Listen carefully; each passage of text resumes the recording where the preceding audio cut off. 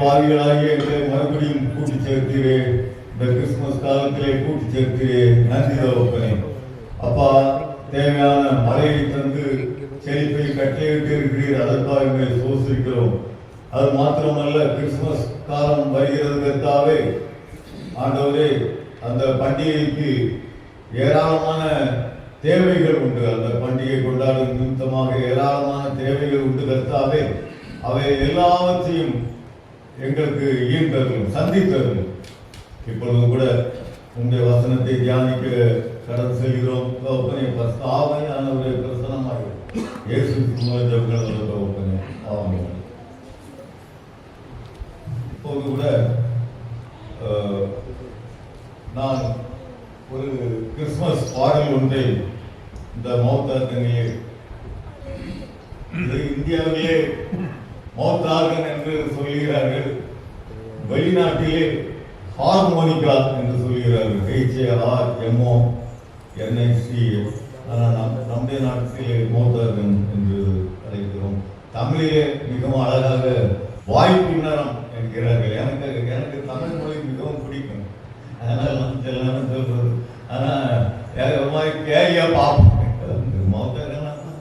மக்கள் ஒத்துக்கிறாங்க. வாய்ப்பின்னரம் என்னாச்சு, இவனுக்கு என்னாச்சு, அவ்வளவு கூட தமிழ் மொழியை மதிக்கிறோம்.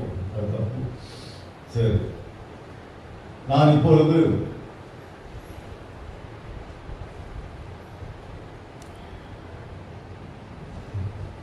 ராக்காலம் பெத்லகேம் மீட்பர்கள் தம் மந்தை காத்தனர் என்கிறதான பாடலை பாட விரும்புகிறேன்.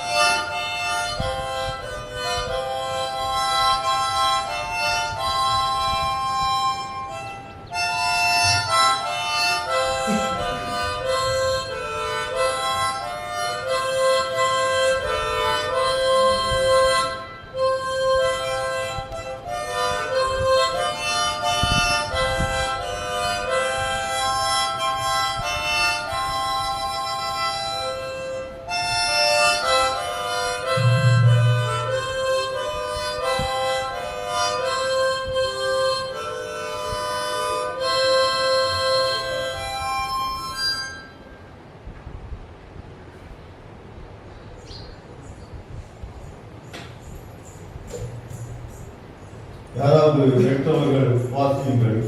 லூக்கா எழுதின சுவிசேஷம் 2ஆம் அதிகாரம் 10ஆம் வசனம். லூக்கா 2:10. தேவதூதன் அவர்களை நோக்கி, பயப்படாதிருங்கள், இதோ எல்லா ஜனத்துக்கும் மிகுந்த சந்தோஷத்தை உண்டாக்கும் நற்செய்தியை உங்களுக்கு அறிவிக்கிறேன். தேவதூதன் மேய்ப்பர்களை நோக்கி பயப்படாதீர்கள் என்றான். பயப்படாதீர்கள். உண்மையிலே இந்த வார்த்தையை கேட்பதற்கு மிகவும் சந்தோஷமாக இருக்கிறது. ஏன்னா எதையாச்சும் ஒன்று வச்சு பயந்துகிட்டே தான் இருக்கும். சிலர் இப்படி பயந்து இருப்பாங்க. கிறிஸ்துமஸ் வருது, அவங்க அப்படியே பட்ஜெட் போட்டு வச்சிருப்பாங்க. துணிக்கு இவ்வளவு, பட்டாசுக்கு இவ்வளவு, என்ன வெடிக்கு இவ்வளவு, பிரியாணிக்கு இவ்வளவு. அது கையில இருக்காது, பயம். அப்போ பாருங்க, மேய்ப்பர்களை நோக்கி தேவதூதன் சொல்கிறான், பயப்படாதீர்கள். கிறிஸ்து பிறந்த பெருவிழா கிறிஸ்துமஸ். கிறிஸ்து பிறந்த பெருவிழா கிறிஸ்துமஸ். ஒரு வருடத்திலே இந்த மாதம் மிக சிறப்பு பெற்றது. மகிழ்ச்சியில் நாம் திளைக்கக்கூடிய மாற்றிய மாதம். ஏன் கிறிஸ்துமஸ் என்பது கடவுள் மனிதனாக மாறிய கதை. கடவுள் உங்கள் மேல் என் மேலும் வைத்திருக்கும் அதீத அன்பை காட்டும் கதை இது. கடவுள் மனிதனானதை கொண்டாடக்கூடிய ஒரு விழா கிறிஸ்துமஸ். மகிழ்ச்சியில் துள்ளி குதிக்கும் நாட்கள் இந்த டிசம்பர் மாதம். நான் கூட உங்கள் மத்தியிலே இந்த கிறிஸ்துமஸ் பிரசங்கம் பண்ணும் பொழுது வழக்கமாக டை கட்டி கொண்டு வருவதுண்டு. இந்த தடவை ஒரு பேசர் வாங்கி விடுவோம் என்று அதிக சந்தோஷத்திலே வாங்கினேன். பாருங்கள், பிரசங்க வாக்கியத்திலே கூறுகிறது, பயப்படாதீர்கள், பயப்படாதீர்கள், பயப்படாதீர்கள். தேவதூதன் மேய்ப்பர்களை நோக்கி பயப்படாதீர்கள் என்றான். உலக வாழ்க்கை பயம் நிறைந்தது. எங்கே பார்த்தாலும் பயம். பசி, பட்டினி, வேலையில்லா திண்டாட்டம், நோய், இன்னும் பல காரியங்கள் மக்களை திடுக்கிட செய்கிறது. பயமானது ஒரு பயங்கரமான ஒரு சக்தி, சாதாரண விஷயம் கிடையாது. பயம் இருதயத்தை சோர்ந்து போக பண்ணும். பயம் வியாதியை உண்டாக்குகிறது. நீங்க தொடர்ந்து பயந்துகிட்டே இருந்தீங்கன்னா வியாதியில படுத்துருவீங்க. ஜாக்கிரதை, பயப்படவே கூடாது, வியாதிகள் வந்துடும். பயம் சரீரத்தை பலகீனப்படுத்தும். பயம் உள்ளத்தின் உறுதியை குலைக்கும். சிறு வயதிலே நாமெல்லாம் இப்படி பயந்திருப்போம். இருளை பற்றிய பயம், இருட்ட கண்டா பயம், பூச்சாண்டி என்று பயம், பேய்களை பற்றிய பயம், வாலிபர்களுக்கு எதிர்காலத்தை குறித்த பயம், தோல்வியை குறித்த பயம், வயோதிபர்களுக்கு இயற்கையாகவே ஊர்நாட்ட வியாதி இருக்கும், பிபி, சுகர் என்றெல்லாம். அவர்கள் எங்கே படுத்த படுக்கையாகி மற்றவர்களுக்கு பாரமாகிடுவோமோ என்ற பயம், செலவழித்து வைப்போமோ என்ற பயம், எங்கு பார்த்தாலும் பயமாய் பயப்படுவதை நாம் பார்க்கிறோம். தேவதூதன் மேய்ப்பர்களை நோக்கி கூறுகிறான், பயப்படாதீர்கள் என்றான். எவ்வளவு ஆறுதலான செய்தி நமக்கு! பயப்படாதீர்கள். வேதத்திலிருந்து 2 காரியங்களை தியானித்து இதை தெளிவுபடுத்தலாம் என வாஞ்சிக்கிறேன். முதலாவது, பயப்படாதே, தேவன் நம்மோடு இருக்கிறார். இரண்டாவது, பயப்படாதே, இரட்சகர் நமக்கு பிறந்திருக்கிறார். என்னது? முதல்ல பயப்படாதே, தேவன் நம்மோடு இருக்கிறார். இரண்டாவது, பயப்படாதே, இரட்சகர் நமக்கு பிறந்திருக்கிறார். பயப்படாதே, தேவன் நம்மோடு இருக்கிறார் என்பதை பற்றி சற்று நேரம் ஆராய்ச்சி செய்வோம். Fear not, God is with you. ஏசாயா 7:14 யாராவது வாசியுங்கள். ஏசாயா 7:14. ஆதலால் ஆண்டவர் தாமே உங்களுக்கு ஒரு அடையாளத்தை கொடுப்பார். இதோ, ஒரு கன்னிகை கர்ப்பவதியாகி ஒரு குமாரனை பெறுவாள். அவருக்கு இம்மானுவேல் என்று பெயரிடுவாள். தேவன் நம்மோடு இருக்கிறார். இம்மானுவேல், இம்மானுவேல் என்றால் தேவன் நம்மோடு இருக்கிறார் என்று அர்த்தம். உலக வாழ்க்கையானது பயம் நிறைந்ததாய் காணப்படுகிறது. பசி, பட்டினி, வேலையில்லா திண்டாட்டம், நோய் மக்களை வாட்டி வதைக்கிறது. நாம் கிறிஸ்துவின் கொடியின் கீழ் தைரியமாக போராட வேண்டியவர்கள். ஏசா என்பவன் யாக்கோபுவை முறியடிக்க செய்தான். யாக்கோபு பயந்து அலறினான். அவன் மிகவும் மிகவும் பயந்தான், தன்னுடைய சகோதரன் தன்னை கொலை செய்ய வருகிறான் என்று.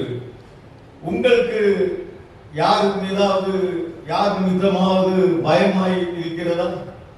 பயப்படவே வேண்டாம் என்று கர்த்தர் உரைக்கிறார். யாராவது உங்களை மிரட்டுறாங்களா?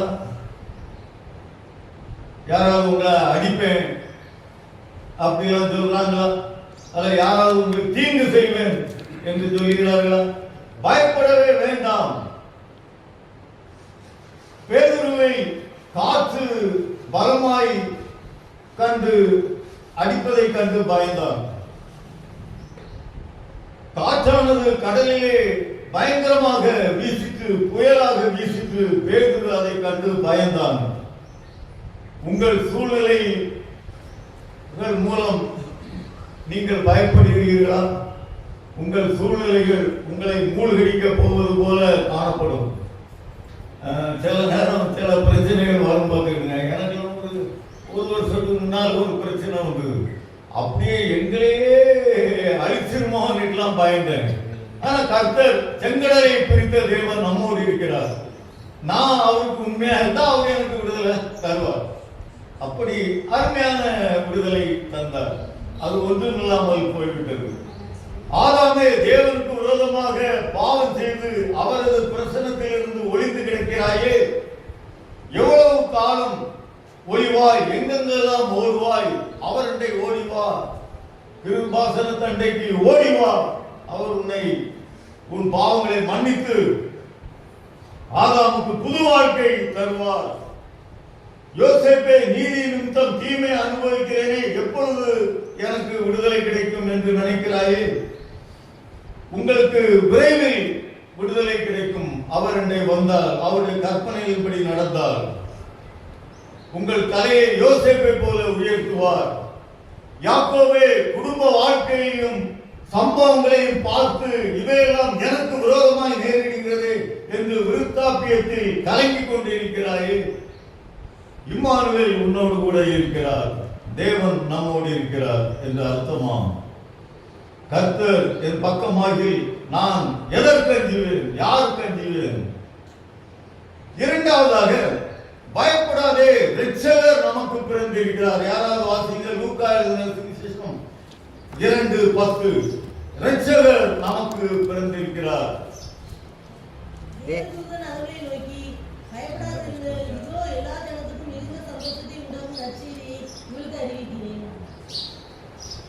இதோ எல்லா ஜனத்துக்கும் மிகுந்த சந்தோஷத்தை உண்டாக்கும் நற்செய்தியை உங்களுக்கு அறிவிக்கிறேன். இன்று கர்த்தராகிய கிறிஸ்து என்னும் இரட்சகர் உங்களுக்கு தாவீதின் ஊரில் பிறந்திருக்கிறார். பயப்படாதே, இரட்சகர் நமக்கு பிறந்திருக்கிறார். இயேசு பாலனின் பிறப்பு உலகத்திலே மிகவும் அத்தியாவசியமான, சரித்திரத்திலே மிகவும் முக்கியமான, போற்றப்பட தகுந்த ஒரு காரியமாகும். மனிதனை ரட்சிப்பதற்காக கடவுள் மனிதனின் சாயலில் இறங்கி மனுவாய் பிறந்துள்ளார் பெத்லகேமிலே. ஒரு வேத அறிஞர் கூறுகிறார், நன்றாக கவனிங்க, இந்த செய்தியானது ஒரு நம்பிக்கையின் செய்தியாகவும் ஆறுதல் படுத்தும் செய்தியாகவும் எல்லா மக்களுக்கும் அளிக்கப்படுகிறது. எல்லா மக்களுக்கும், ஏதோ கிறிஸ்தவங்களுக்கு மட்டும் இல்லை, எல்லா மக்களுக்கும், பக்கத்து வீட்டுக்காரங்களுக்கு, இன்னும் சென்னையில் குடியிருக்கிறவங்களுக்கு, வெளிநாடுகளில் இருக்கிற எல்லா மக்களுக்கும் இந்த செய்தியானது ஒரு நம்பிக்கையின் செய்தியாகவும் ஆறுதல் படுத்தும் செய்தியாகவும் எல்லா மக்களுக்கும் அளிக்கப்படுகிறது. This message is presented as a message of hope and relief for all people என்று கூறப்பட்டிருக்கிறது. இயேசுவாளன் கட்டளையில் பிறந்தார். அவர் அனுதினமும் நம் உள்ளத்தில் பிறக்க வேண்டும். அனுதினம் வெறும் கிறிஸ்துமஸ் காலம் மட்டுமல்ல, டிசம்பர் 25ஆம் தேதி மட்டுமல்ல, அனுதினம் நம் உள்ளத்திலே பிறக்க வேண்டும். அந்த அனுபவம் உண்டா? அதாவது ரசிக்கப்பட்டிருக்க வேண்டும். இயேசுநாதர் அதாவது என்னாலும் கிறிஸ்துமஸ் தான். அப்படிப்பட்டவங்களுக்கு டிசம்பர் 25 மட்டுமல்ல, ரசிக்கப்பட்ட அனுபவம் இருந்தால் பாலகன் அனுதினம் நம் உள்ளத்திலே பிறப்பார். ரசிக்கப்பட வேண்டும். திருச்சபை மக்கள் அனைவரும் ரசிக்கப்பட வேண்டும். இல்லையே கிறிஸ்துமஸ் கொண்டாட்டமானது வீணானது, அர்த்தமற்றது, புகழ்ச்சிக்குரியதல்ல. It's waste. அது ஒரு வேஸ்ட் கிறிஸ்துமஸ். ஆனால் அருமையானவர்களே, வேதனையோடு கூறுகிறேன், இன்றைக்கு திருச்சபையானது கர்த்தர் கிருபையால் இந்தியா முழுவதும் பரவி கிடைக்கிறது, திருச்சபையில் இருக்கிறது. ஆனால் திருச்சபையிலே குடிகாரர்கள், விபச்சாரக்காரர்கள், துன்மார்க்கர்கள் எல்லாம் பரவி கிடைக்கிறார்கள். ஏராளம். அவர்கள் கிறிஸ்துமஸ் கொண்டாடி என்ன, கொண்டாடாமல் போனா என்ன? பாலன் அவர்கள் உள்ளத்திலே பிறக்கவில்லையே, ரட்சிக்கப்படவில்லையே. 2 ராஜாக்கள் 17:25 நானே கூறுகிறேன். வசனம் வாசிக்க வேண்டாம். சமாரியாவிலே யூதர்கள் காணப்பட்டார்கள். அவர்கள் துன்மார்க்கராய் காணப்பட்டார்கள். இன்னைக்கு நிறைய கிறிஸ்தவங்க இருக்கிற மாதிரி துன்மார்க்கராய் சமாரியாவிலே காணப்பட்ட யூதர்கள் இருந்தார்கள். அவர்கள் வாழ்க்கையிலே கர்த்தர் சிங்கங்களை அனுப்பினார். என்னத்தை அனுப்பினார் சொல்லுங்க? சிங்கங்களை அனுப்பினார். நிறைய ஆடு மாடுகளை அனுப்பினாரு, அடிச்சு சாப்பிடுங்க நீ. சிங்கங்களை அனுப்பினார். அவைகள் வந்து கதறி அவைகள் அப்படியே அவர்களை கொன்று போட்டது அநேகம் பேரை. உடனே இயேசுவண்டை ஓடி வந்தார்கள். 1 பேதுரு 1:15-16 வாசிக்கிறோம். உங்களை அழைத்தவர் பரிசுத்தராய் இருக்கிறது போல நீங்கள் உங்கள் நடக்கைகள் எல்லாவற்றிலேயும் பரிசுத்தராயிருங்கள். இல்லாவிட்டால் இயேசு பாலன் பண்டிகையை கொண்டாடுவதில் அர்த்தமே இல்லை. உங்களை அழைத்தவர் பரிசுத்தராய் இருக்கிறது போல நீங்கள் உங்கள் நடக்கைகள் எல்லாவற்றிலேயும் பரிசுத்தராயிருங்கள் என்று கூறப்படுகிறது. உண்மையிலே ஒவ்வொரு திருச்சபையிலும் போய் சபைகளிலும் சென்று இந்த வசனத்தை மேடையில் நின்று இந்த மாதிரி 10 தடவையாவது சொல்ல வேண்டும் என நினைக்கிறேன். பரிசுத்தவான்கள் குறைவாய் காணப்படுகிறார்கள் திருச்சபைகளில். உங்களை அழைத்தவர் பரிசுத்தராய் இருக்கிறது போல உங்கள் நடக்கைகள் எல்லாவற்றிலையும் பரிசுத்தராயிருங்கள். ஆனால் வேதனையோடு ஒரு காரியம் கூறுகிறேன். இன்றைக்கு எங்கு பார்த்தாலும் உலகங்களிலும் சரி, எல்லா இடங்களிலும் சரி, உலகம் முழுவதும் கள்ள தொடர்பு காணப்படுகிறது. 10 வருடங்களுக்கு முன்னால் இப்போ நாலாம் பிறந்து வளர்ந்தது திருச்செந்தூர். திருச்செந்தூர்ல எல்லாம் முழுக்க எல்லா வீடுகளும் எங்களுக்கு தெரியும். அங்க சுத்தினால பிறந்து வளர்ந்தே திருச்சி. இப்போ 1.5 வருஷமா தான் ஆறுநீர்ல இருக்கிறோம். இது அப்பாவுக்கு ஒரு அந்த இருக்குது. அப்போ திருச்செந்தூர்லாம் அந்த காலத்துலாம் எங்கேயோ ஏதாவது கள்ள தொடர்புகள் கேள்விப்படும். அந்த தெருல இப்படியா, இந்த தெருல இப்படியா, இந்த தெருல அப்படிதான் வந்து. இப்போ தெருவுக்கு தெரு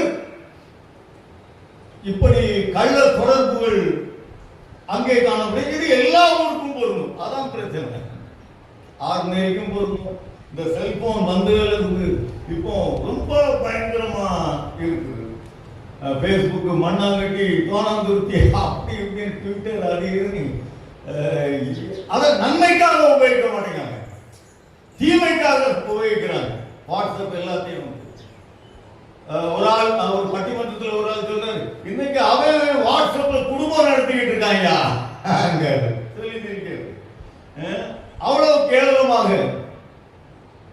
காலங்கள் போய்கிட்டு இருக்கிறது. எங்க வீட்டுல தினத்தந்தி வாங்குவோம். நான் கொஞ்சம் கவனமா படிப்பேன் பார்த்துக்கிட்டேன். எனக்கு கொஞ்சம் வாசிப்புல ரொம்ப இயற்கையாக இன்ட்ரெஸ்ட் பிடிமானம் உண்டு. கொஞ்சம் வீட்டில் தினத்தந்தி படிப்பேன். அப்புறம் திருச்செந்தூர் பஸ் ஸ்டாண்ட் போனால் தினமலர் வாங்கி அதையும் படிக்கிறது. அப்போ பாருங்க, தினத்தந்தி பேப்பர்லாம் திறந்தா அநேக பெண்களை பற்றி அனுதினம் அல்லது அடுத்த நாள் ஒன்றாட்டம் எழுதுறாங்க. பிள்ளைகளை கழுத்தை நெரிச்சு கொண்டுறாங்க. ஏன்னா அவனுக்கு ஒரு புருஷன் தவிர இன்னொரு தொடர்புல இருக்கான, அவனோட வாழ வேண்டும். அல்ல பக்கத்தில் கிணறு இருந்தா வசதியை கிணத்துக்கு ஒதுக்கி போட்டுறாங்க பிள்ளைகளை. எப்ப அந்த தூத்துக்குடியிலே ஏறத்தாழ 50க்கு மேல அனாதாசிரமங்கள் இருக்கு. கொண்டு போய் விடக்கூடாதா, கழுத்தை நெரிச்சு கொண்டுறாங்க. அல்லது புருஷக்காரன் இந்த அம்மாவை வெட்டுறான் வேற ஒரு பெண்ணோட சேர்ந்து கொண்டு. பிள்ளைகளுக்கு விஷம் வச்சு கொள்றாங்க. முன்னாள் இந்த மாதிரி செய்திகள்லாம் ஒரு 10 நாள் 20 நாளைக்கு ஒரு காலம். இப்போ ஒன்றாவட்டம் பேப்பர்ல படிக்கிறோம் இந்த மாதிரி ஆக்கங்கிட்ட துன்மார்க்கமான செய்திகள். அப்புறம் அந்த குடும்பமே நாசமா போயிட்டு போலீஸ் சும்மா இருக்குமா, வந்து கைது பண்றாங்க, ஜெயில போடுறாங்க. பிள்ளைகள் தெருவுக்கு போகுது, பிள்ளைகள் தான் கொண்டுறாங்க. அல்லது புருஷக்காரன் மனைவியை வெட்டி கொள்றான், அவன் தீய வழிக்கு போய் அந்த குடும்பமே நாசமா போகுது. ஒரு ஆராய்ச்சி குறிப்பு சொல்லுது, இது எனக்கு சொந்த கதை கிடையாது, ஒரு ஆராய்ச்சி பண்ணி சொல்றாங்க. பட்டணங்கள்ல ஏறத்தாழ 30% மக்கள் தீமையான தொடர்புகள்ல இருக்காங்க, இப்படி கள்ள தொடர்புகள்ல இருக்காங்க. கிராமங்கள்ல நம்ம ஆர்மேரி மாதிரி கிராமங்கள்ல ஏறத்தாழ 10% இருக்காங்க. நமக்கு ஒவ்வொருத்தரும் உள்ளத்துல என்ன இருக்குன்னு தெரியாத ஆராய்ச்சி குறிப்பு சொல்லுது. சரி, இன்னைக்கு நான் எதுக்கு இதை பற்றி பேச நேர்ந்தது அதையும் நான் சொல்லிக்கிறோம்.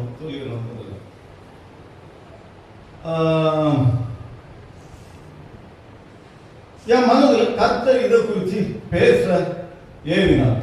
அது 100% உண்மை. இந்த கள்ள தொடர்பு பற்றி எச்சரிப்பு கொடு மக்களுக்கு. ஏன்னா நீங்க மட்டும் கேட்கல, நான் தம்பி ரெக்கார்ட் பண்ணிக்கிட்டு இருக்கானே, 3000-4000 பேர் இன்னும் ஒரு மாசத்துல கேட்டுருவாங்க. பேஸ்புக் அது இதுன்னு பரவிக்கிட்டே இருக்கும், வாட்ஸ்அப் அது இதுன்னு வந்து ஃபார்வர்டு பண்ணி பரவிக்கிட்டே இருக்கும்.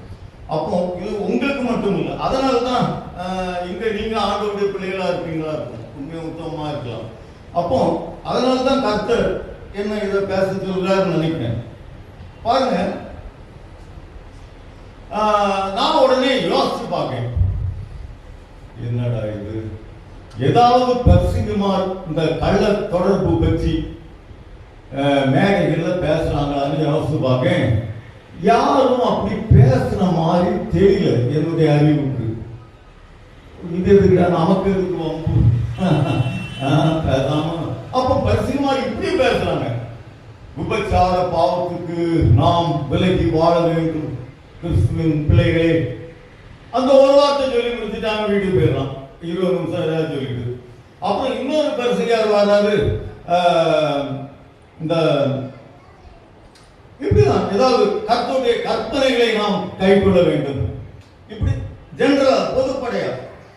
அப்ப அது மக்கள் மத்தியில உரைக்க மாட்டேங்கி போட்டிருக்காங்க பாருங்க இன்னைக்கு.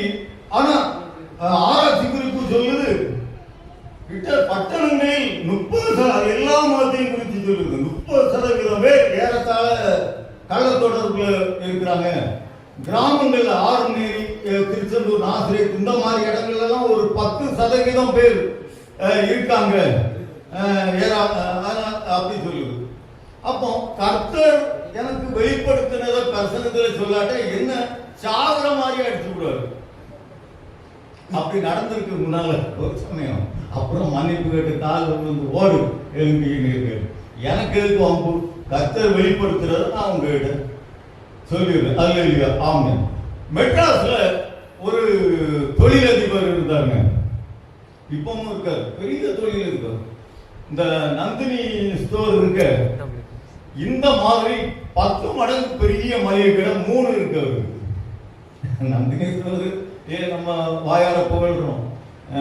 அப்போ எல்லா ஜாமான் கிடைக்குது. அப்போ இதை விட 10 மடங்கு பெரிய கடைகள் 3 வச்சிருக்காரு, டிபார்ட்மெண்டல் ஸ்டோர். அவருடைய தொடக்க காலம் தெரியும், சாதாரண பெட்டி கடை வச்சிருந்தாரு. அது கொஞ்சம் பருப்பு, 2 கிலோ பருப்பு, 5 கிலோ உளுந்து, இப்படி 1/4 கிலோ கடுகு இப்படி வச்சிருந்தார். ரொம்ப கஷ்டம், சாப்பாடுகளே கஷ்டம். திருமணமானவர், அவர் மனைவி பெரிய தியாகி, தாலியை கலத்தி கொடுத்தாங்க, பிள்ளைகளுக்கு சாப்பாடு கொடுத்துட்டு தான் சோறு தீயாம கிடந்தாங்க. அப்படி இவருக்கு மாற்றி விடுறதுக்கு, ஏன்னா கடைக்காரன் கடையில் வேலை பார்க்குறப்ப எங்கேயும் கை வச்சிடக்கூடாது, களவாண்டக்கூடாது, இவருக்கு மாற்றி விடுறது. கடையில் போய் கிடந்த அந்த அம்மா கஷ்டப்பட்டுச்சு. அப்படின்னு இவர் கொஞ்சம் கொஞ்சமா உயர்றாரு. பார்த்தீங்கன்னா இமாலய வளர்ச்சி, அபரிமிதமான வளர்ச்சி. 3 டிபார்ட்மெண்டல் ஸ்டோர்ஸ். வீட்டில் கட்டுக்கட்டா சாக்குல தான் பணத்தை அள்ளி கொண்டு போவாங்க. சாக்குல அள்ளி போட்டு 500 ரூபா நோட்டு, அந்த காலத்துல 2000 ரூபா நோட்டுல இருந்துச்சு, சாக்குல அள்ளி போட்டு எண்ண முடியாதான். அப்படி அது வரைக்கும் யோக்கியமா இருந்தான் இந்த நாய். பார்வை மாறிட்டுங்க, கள்ள பார்வை பார்க்க ஆரம்பிச்சுட்டான். அங்க பெண்கள் இருப்பாங்கல்ல, அப்படி பார்க்க ஆரம்பிச்சு அது ஒரு 20 வயசுக்குள்ளேயே கட்டிட்டான். ஏண்டா அறிவு விட்ட நாய, உன் மனைவி தன்னையே வித்தாளடா. உன் மனைவி ஒழுங்கா கல்யாணம் கட்டிக்கிட்டு வந்த மனைவி தாலியை கலத்தி கொடுத்தா, கடையில வந்து மாத்தினா, பிள்ளைகள் தாம் பட்னி கிடந்து முழு நேரமா கஞ்ச பசங்க குடிச்சு அது கூட இல்லாம பிள்ளைகளை ஒன்ன வளர்த்தா. இன்னைக்கு இன்னொரு சின்ன பிள்ளை மேல அவருக்கு அக்கறை போயிட்டு 20 வயசு பிள்ளைய கல்யாணம் பண்ணிட்டு. அப்போ பாருங்க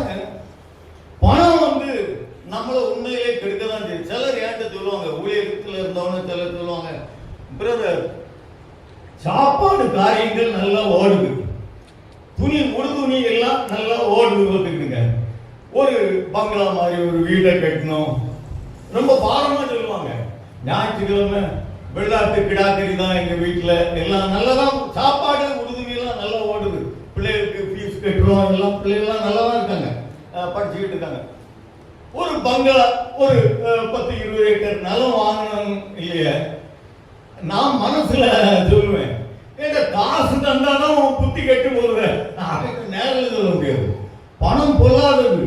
நீங்க ஒருவேளை இதை யூடியூப்ல கேட்கிற யாரும் சரி, உங்களை கர்த்தர் நல்லா போஷிக்கிறார், நல்ல சாப்பாடு தர்றாரு, நல்ல உறுதுணை தர்றாரு, எல்லாம் தர்றாரு, அதுக்கு மேல அடுத்த ஸ்டெப்புக்கு ஒரு பெரிய பங்களா கட்ட விட மாட்டேங்காரு, 10 ஏக்கர் நிலம் தர மாட்டேங்காரு, நீங்க வருத்தப்பட்டீங்கன்னா அந்த மாதிரி ஒரு சூழ்நிலை கேட்டு வரும்போது நீங்க உங்க ரெசிப்பையை இழந்துருவீங்க, துன்மார்க்கனா மாறிடுவீங்க. அந்த மெட்ராஸ் காரர் மாதிரி அவர் வேலைக்காரன் தான், வேலைக்காரன் நம்ம டிக்கெட்டை தான் பாருங்க. அவர் மட்டும் கர்த்தர் ஒரு சின்ன மளிகை கடையிலே காலம் உள்ள வச்சிருந்தா ஒழுங்கா இருந்திருப்பான். அப்படி உண்மையே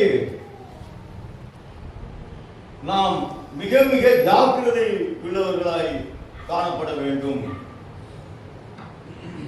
அதிலே சந்தேகம் இல்லை. இன்னொரு காரியம் நான் அடிக்கடி என்ற பிரசங்கத்தில் சொல்றது, மண்டையோட மண்டையா வச்சுக்கிறேன், இந்த சினிமா பார்க்காதங்க வீட்டில் டிவிலையோ தேட்டர்லையோ சீரியல்ஸ், நாடக சீரியல்ஸ் பார்க்காதங்க மண்டையோட மண்டையா ஊருக்கு ஊரா அடிச்சுக்கிட்டு எத்தனை பேர் கேட்காங்களோ கேட்கலையோ ஆயிடும். அப்போ